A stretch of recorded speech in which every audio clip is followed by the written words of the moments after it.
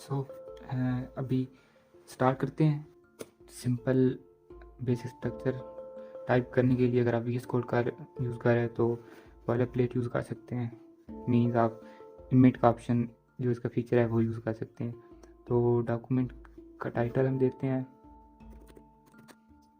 Links and list.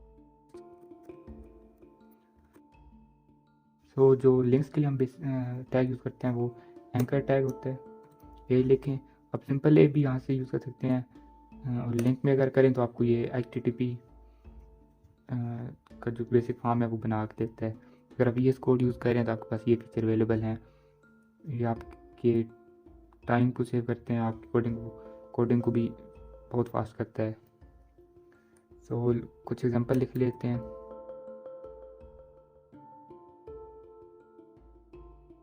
बेनिलॉजिक्स एक लिखी है मैंने, देन गूगल एंड फेसबुक। आप कोई भी साइट यूज़ कर सकते हैं। ब्राउज़र में जाते हैं, रिफ्रेश।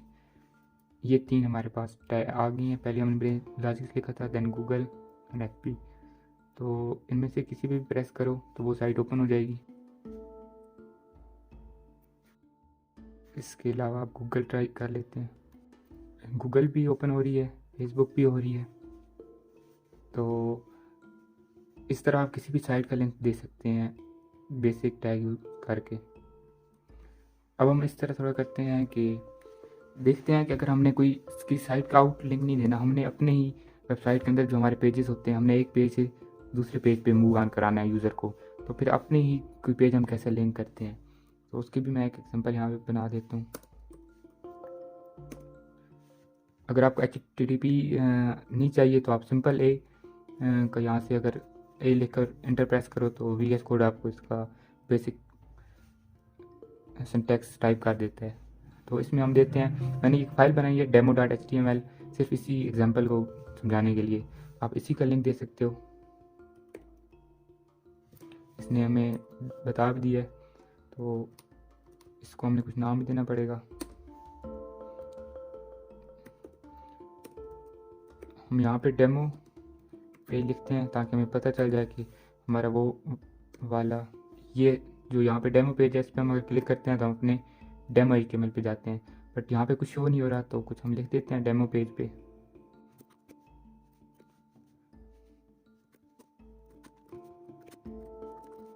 तो इसको रिफ्रेश कर लो तो भी समझ आ जाएगा आपको कि ये वो डेमो पेज है। हम इस पेज पे थे जो कि हमारा ये वाला HTML का मॉड्यूल 1 का टॉपिक 5 वाला पेज है।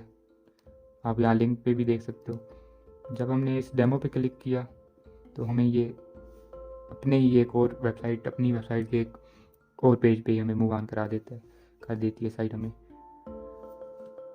सो अब हम एक और क्या एक एट्रीब्यूट है बेसिकली, ये जो है ये टैग है, बॉडी भी टैग है, हेड टैग्स हैं, मेटा टैग्स हैं, और ये जो आगे हैं मेटा के आगे ये इनके एट्रीब्यूट्स हैं। तो और ये जो इनके अंदर डेटा दिया गया ये वैल्यू है उन एट्रीब्यूट्स की। तो इसके हम एक एट्रीब्यूट की बात कर लेते हैं इसी।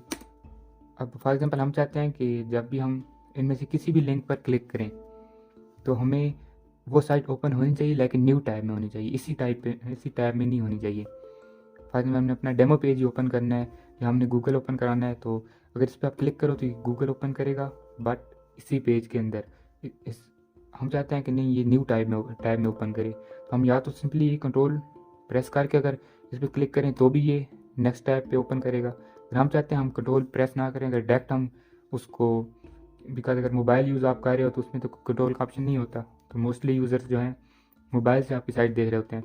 तो ये एक बहुत इंपॉर्टेंट फीचर है कि आप अगर अपने यूज़र को कोई प्राइवेसी वाला पेज, कोई टर्म एंड कंडीशन वाला पेज शो करना चाहते हैं तो आप उसे न्यू टैब में ओपन करें, ना कि उसी टैब में। एक आदमी अगर रजिस्ट्रेशन कर रहा है और आपने उससे प्राइवेसी का लिंक नीचे दिया हुआ है, उसको ओपन करता है तो उसका वो रजिस्ट्रेशन वाला पेज ख़त्म हो जाता है, उसका जो डेटा उसने फिल किया है वो प्राइवेसी वाले पेज पे चला जाता है। वो रीड्स करता है, उनको एक्सेप्ट करता है, फिर वापस आता है, तो उसे दोबारा फॉर्म फिल करना पड़ता है। तो ये यूज़र के लिए इरीटेटिंग होता है। तो हम ये करेंगे कि बिना कंट्रोल प्रेस किए, मतलब अगर मोबाइल पे भी यूज़र हमारी किसी साइट के लिंक को ओपन करे तो वो डायरेक्ट न्यू टैब में ओपन हो। वो कैसे होगा, वो हम इसका एक एट्रीब्यूट यूज़ करेंगे, टारगेट अंडरस्कोर ब्लैंक।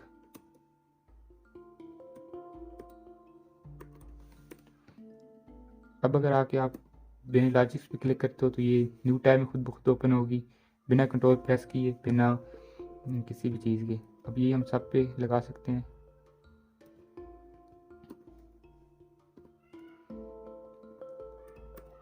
तो अब आप इनमें से किसी भी साइट को ओपन करो।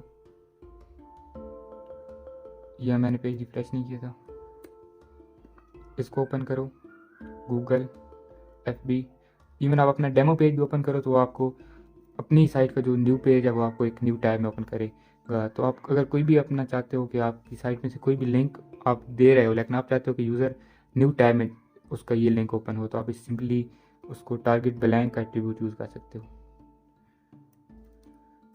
तो लिंक्स में इतना ही है। आगे हम आज हमारी दूसरी चीज़ हमने इस टॉपिक में टच करनी है वो है लिस्ट कितनी टाइप्स की होती हैं और डिटेल में। तो इन्हीं को हम नीचे भी यूज़ कर लेंगे लिस्ट के अंदर। तो यहाँ से हम स्टार्ट करते हैं। एक हमारे पास है UL अनऑर्डर लिस्ट, इसके फिर होते हैं LI। LI means list item and UL means unordered list. तो लिस्ट आइटम में हम ऐसे करते हैं कि इसी एग्जांपल को हम अगर इसमें यूज़ करें तो आई होप आपको थोड़ी क्लियर ज़्यादा चीज़ें होंगी।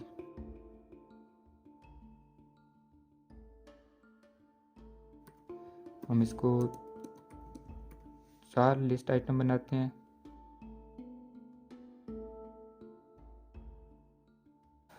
रिफ्रेश करते हैं, ये हमारे पास बेसिकली लिस्ट है। यहाँ पे आपको डॉट शो हो रहे हैं क्योंकि ये अनऑर्डर लिस्ट है। एक सेकंड टाइप जो लिस्ट की है वो है OL ऑर्डर लिस्ट।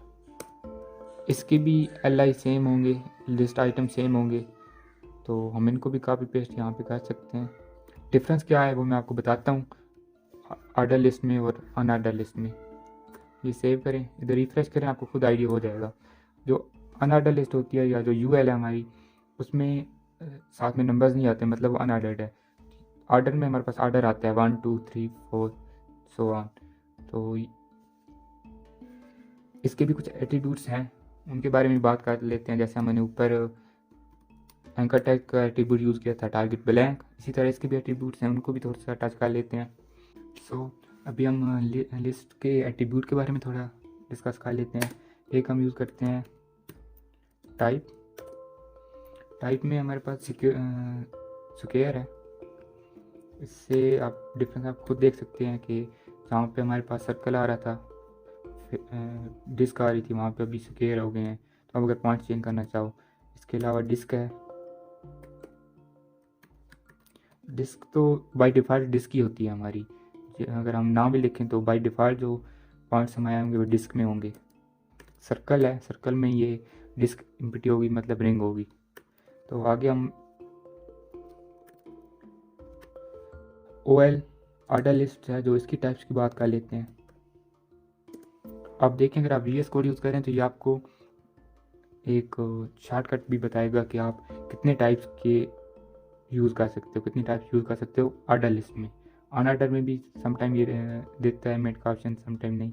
ऑर्डर में भी अभी दे रहा है। आप 1 यूज़ कर सकते हो, कैपिटल है, स्मॉल है, capital I and small I।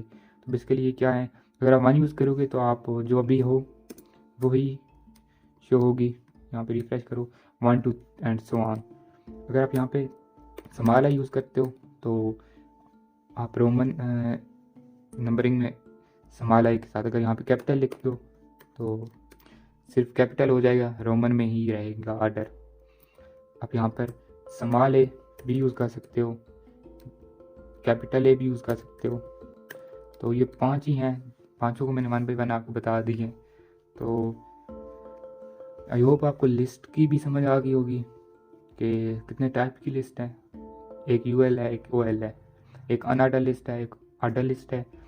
फिर उनकी एट्रीब्यूट टाइप्स हैं, देन नीचे उनके LI सेम होते हैं। बस डिफरेंस इतना होता है कि अगर आप OL यूज़ कर रहे हो तो वो अपने LI मतलब लिस्ट आइटम को ऑर्डर देगा, HTML में ऑर्डर होगा एक। अगर आप अनऑर्डर लिस्ट यूज़ कर रहे हैं तो उसके जो एल आई होंगे वो अनऑर्डर में होंगे, मतलब उनका ऑर्डर नहीं होगा। सो आज के लिए इतना ही काफ़ी है। आज हमने लिंक्स जिनके लिए एंकर टैग यूज़ करते हैं उसके एट्रीब्यूट, एचरेफ और टारगेट को डिस्कस किया है। एंड देन लिस्ट में जो उसके एट्रीब्यूट हैं, टाइप और उसके अंदर। अब हम थोड़ा सा आपको एक बता देता हूँ, एक साइट ओपन करता हूँ तो उसके साथ ये जो हम अनऑर्डर लिस्ट यूज़ कर रहे हैं ना, यूएल, ये यहाँ पे देखने में तो बहुत अगली सी नज़र आ रही है कि इसका कुछ डिज़ाइन नहीं है, कुछ फ्लो नहीं है इसमें। तो बिकॉज अभी हम सिर्फ एचटीएमएल पे हैं, सीएस पे नहीं गए, और आगे इसके फ्रेमवर्क्स भी होते हैं, बूटस्ट्रैप एक्सेट्रा, तो उन पे भी हम नहीं गए, तो अभी ऐसी ही दिखेगी। बट इसमें डिज़ाइनिंग हो सकती है, और जैसे हम सी एस एस पे जाएंगे तो वहाँ पे हमने डिज़ाइनिंग ही डिस्कस करनी है। अभी के लिए आप इतना ही समझ लो कि हमारे पास ये टैग हैं, तो ये टैग्स कितने आगे डिफरेंट हो जाएंगे इनपुट्स जब हम डिज़ाइनिंग करेंगे, तो आइडिया भी नहीं होता है नॉर्मली। तो अभी ये थोड़ा अगली दिख रही है साइट, क्योंकि इसमें कुछ स्टाइलिंग हम नहीं यूज़ कर रहे। जब हम आगे करेंगे तो अच्छी दिखने वाली है।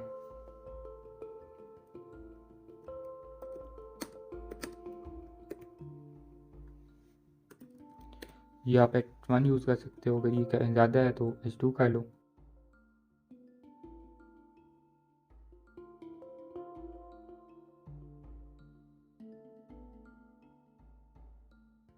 मेन जो मैं यहाँ पे बात बताना चाहता हूँ वो ये है कि अब ये जो हमने UL अनऑर्डर लिस्ट यूज़ की है यहाँ पे तो थोड़ी अगली दिख रही है, लेकिन इसकी जब हम CS पे जाएंगे, इसको और कस्टमाइज़ करेंगे, तो ये जो यहाँ पर ये होम, अबाउट अस, ये पेजेस दिख रहे हैं, इनको हम मेन्यू भी कहते हैं, मेन्यू बार कहते हैं, नेविगेशन बार कहते हैं।